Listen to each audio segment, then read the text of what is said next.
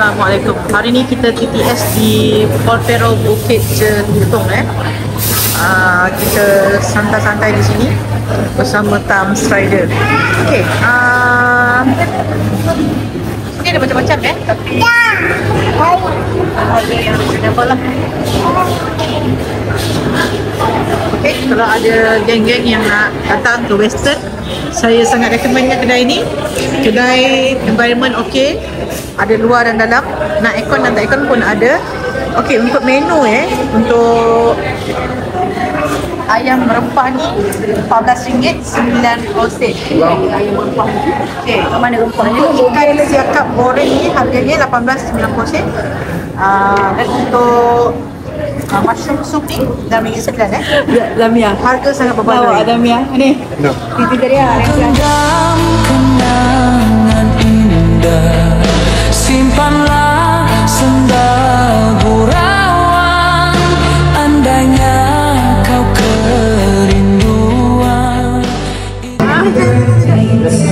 Boleh, cuba tak? Happy birthday to you. Ya, apa dia tak apa? Happy birthday to you. Happy birthday to our body. Happy birthday to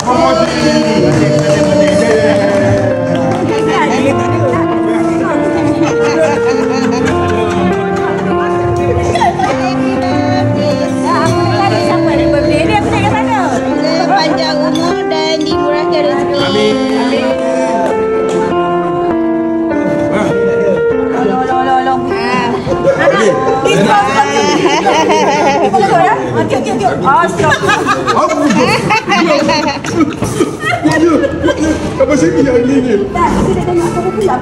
Tak tahu. Ada bini marah kat rumah.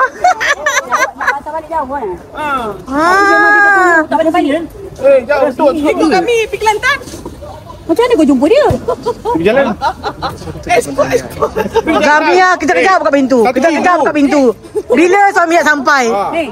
Nanya Pak Karim. Dia kau tanya atas. Ni terasa aura getaran dia tu. Galian ni bawa mana? Atas.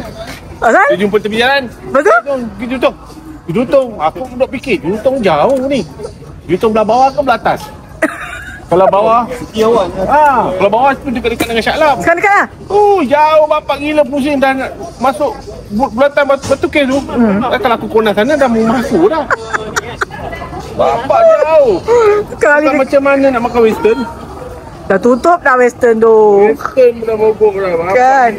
Ni geng-geng dari Kelantan, Terengganu, Kuantan yang ride daripada semalam baru sampai di Bukit Jelutong. Kita TTS dekat sini malam ni. Itu dia sudah daripada kedai satu kita sudah berpindah ke kedai dua Kedai satu dari Western kita sudah berpindah ke restoran Malik. Salam, jauh perjalanan. Tu dia. Penangan Pak Thumbs Riders. Selamat sampai. Nak mah. Jauh pergi pusing tu. Yalah, di situ je tadi. Ke mana? Bagi jalan. Allah.